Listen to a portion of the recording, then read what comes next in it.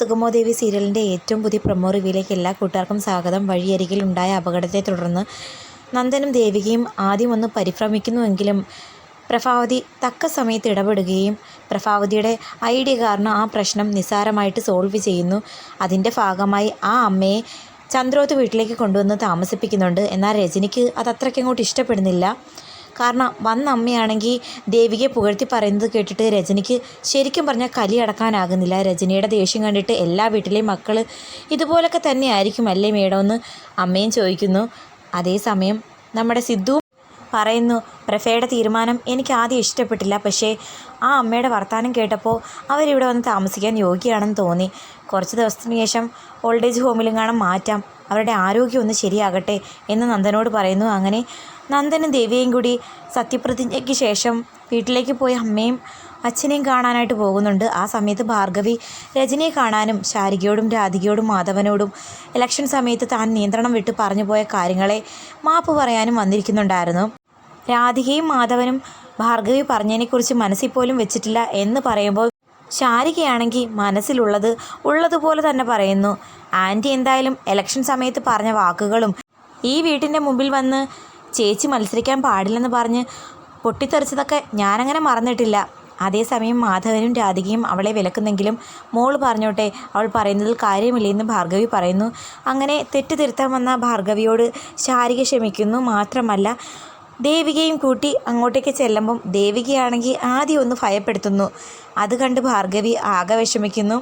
പക്ഷെ പിന്നീട് പറ്റിച്ചതാണെന്ന് പറയുമ്പോൾ ഭാർഗവി പൊട്ടിക്കരഞ്ഞ് സമ്മതിക്കുന്നുണ്ട്. ദേവിക തന്നെയായിരുന്നു ഇലക്ഷന് വിജയിക്കേണ്ടത്, നല്ല മനസ്സുള്ള കുട്ടിയാണ്, അങ്ങനെയുള്ള കുട്ടി തന്നെയാണ് പൊതുജനങ്ങൾക്ക് സേവനം ചെയ്യാൻ യോഗ്യ എന്നൊക്കെ പറയുന്ന സമയത്ത് ശാരിക ചോദിക്കുന്നുണ്ട് ഭാർഗവിയോട്, ഇപ്പോൾ ആൻറ്റിക്ക് ശരിക്കും ആരെയാണ് ഇഷ്ടം, പ്രഭക്കുഞ്ഞിനെയാണോ ദേവിക ചേച്ചിയാണോ? അത് ആരെന്ത് പറഞ്ഞാലും എനിക്കെൻ്റെ പ്രഭക്കുഞ്ഞിനെ ഇഷ്ടം. ഞാനും കുഞ്ഞും പറഞ്ഞതും കാണിച്ചതുമൊക്കെ ശരിയാണെന്ന് ഞാൻ വാദിക്കുന്നില്ല, പക്ഷേ എന്തോ എൻ്റെ മനസ്സിൽ പ്രഭക്കുഞ്ഞിനോടാണ് കൂടുതൽ സ്നേഹം എന്നൊക്കെ പറയുമ്പോൾ ദേവിക പറയുന്നു, ഭാർഗവി ആൻറ്റിയുടെ വ്യക്തിത്വമാണിത്, ഈ വ്യക്തിത്വം എനിക്കും ശരിക്കും ഇഷ്ടം. അതേസമയമാണെങ്കിൽ ഋഷി ലീനയുടെ ഓർമ്മ ദിവസം ശവക്കല്ലറയിൽ പോയി പൂക്കളൊക്കെ അർപ്പിച്ച് മനസ്സ് തുറന്ന് സംസാരിക്കുന്നു. നിനക്ക് അപകടമുണ്ടായ അതേ ദിവസം തന്നെയാണ് ഞാനും കിടപ്പിലായിപ്പോയത്. പിന്നെ ഇത്രയും നാൾ നിന്നെ കാണാൻ വരാഞ്ഞത് മറ്റൊരു ഉദ്ദേശം കൊണ്ടായിരുന്നു. നിൻ്റെയും എൻ്റെയും ജീവിതം തകർത്ത പ്രഭാവതിയോട് പകരം ചോദിക്കണമെന്ന് എൻ്റെ മനസ്സിൽ ഉറച്ചിരുന്നു. അതിനുശേഷമേ നിന്നെ കാണാൻ വരുള്ളൂ എന്ന് തീരുമാനിച്ചു. എൻ്റെ ജീവിതം ഇതുപോലെയെങ്കിലും ആക്കി തീർത്തത് ദേവികയാണ്. ദേവിക ആരാണെന്ന് നിനക്കറിയാമോ? പ്രഭാവതിയുടെ മരുമകൾ. എന്താ നീ ചോദിക്കുന്നത്? എല്ലാ തെറ്റുകളും ക്ഷമിച്ചെന്നോ? ഒരിക്കലുമില്ല, എനിക്കതിനകത്തുമില്ല. പിന്നെ ഒരവസരം പ്രഭാവതിയെ തീർക്കാൻ എനിക്ക് കിട്ടിയിരുന്നു. അപ്പോൾ അമ്മ പറഞ്ഞതിൻ്റെ പേരിൽ ഞാൻ അന്ന് വിട്ടയച്ചു. ഇനി അങ്ങനെ ഉണ്ടാകില്ലെന്നൊക്കെ പറഞ്ഞ് വാക്ക് കൊടുക്കുന്ന സമയത്ത് ഇതെല്ലാം ശ്രദ്ധിക്കുന്നുണ്ട് സി പി ആണെങ്കിൽ ഋഷിയുടെ മനസ്സ് പറഞ്ഞ് തിരുത്താൻ ശ്രമിക്കുന്നുവെങ്കിലും നടക്കുന്നില്ല. വിഷമിച്ച് ഋഷി വീട്ടിലേക്ക് വരുന്നത് നോക്കി നിൽക്കുന്നുണ്ട് അരുന്ധതി. മോനെ, എനിക്കറിയാം മോൻ്റെ സങ്കടം. ഇന്നല്ലേ ലീനമോളുടെ ഓർമ്മ ദിവസം, അമ്മയ്ക്കറിയാം. അതേന്ന് ഋഷി പറയുന്നത് കേട്ടിട്ട് അരുന്ധതി വാക്ക് കൊടുക്കുന്നു.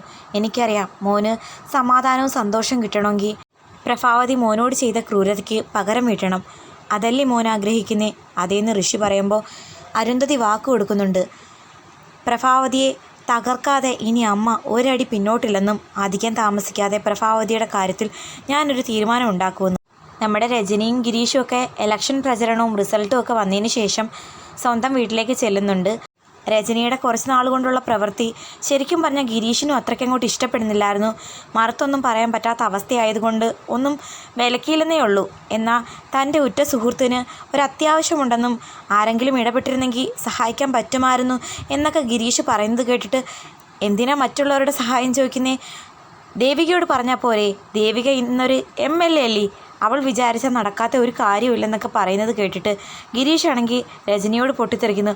മേലാൽ ഇതുപോലുള്ള അനാവശ്യങ്ങൾ പറഞ്ഞു പോകരുത്. ദേവിക ഒരു MLA ആയെന്നും പറഞ്ഞു ശുപാർശയായി അങ്ങോട്ടും കാണും പോയെന്നറിഞ്ഞാൽ എനിക്കത് ഇഷ്ടമുള്ള കാര്യമല്ല, മര്യാദയ്ക്ക് പറയുക പറഞ്ഞ് ഗിരീഷ് പോകുന്നത് കണ്ടിട്ട് രജനി ആകെ വിഷമിച്ച് നിൽക്കുന്നു. അപ്പോൾ അമ്മ അവളെ സമാധാനിപ്പിക്കുന്നു. ഗിരീഷിൻ്റെ സ്വഭാവം മോക്കറിയില്ലേ, മറ്റൊരാൾക്ക് വേണ്ടി അല്ലെങ്കിൽ വ്യക്തിപരമായ കാര്യത്തിന് വേണ്ടി ഒരാളെ ബുദ്ധിമുട്ടിക്കുന്നത് അവന് ഇഷ്ടമല്ല, മോൾ അതങ്ങ് വിട്ടേക്ക് എന്ന് പറഞ്ഞ് അമ്മ അങ്ങ് പോകുന്നു.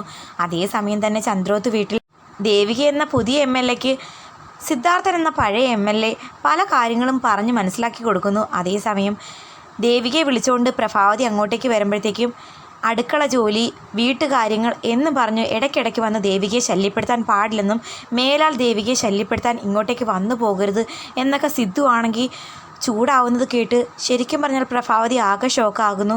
ദേവികയും മറുത്തൊന്നും പറയാത്തത് കണ്ടിട്ട് പ്രഭാവതി ആകെ വിഷമിച്ച് നിൽക്കുന്നതും കാണിക്കുന്നു. ചന്ദ്രോത്ത് വീട്ടിൽ പ്രഭാവതിയുടെ അഭിപ്രായം കഴിഞ്ഞിട്ടേ മറ്റെന്തും ഉള്ളൂ എന്ന് പറയുന്ന ആ സിദ്ധു പോലും ഇപ്പം ദേവികയുടെ വാക്ക് മാത്രമേ പരിഗണിക്കുന്നുള്ളൂ. ഇതും കൂടി ഇനി പ്രഭാവതിയെ ഏതർത്ഥത്തിൽ സ്വാധീനിക്കുമെന്ന് കാത്തിരിക്കാം.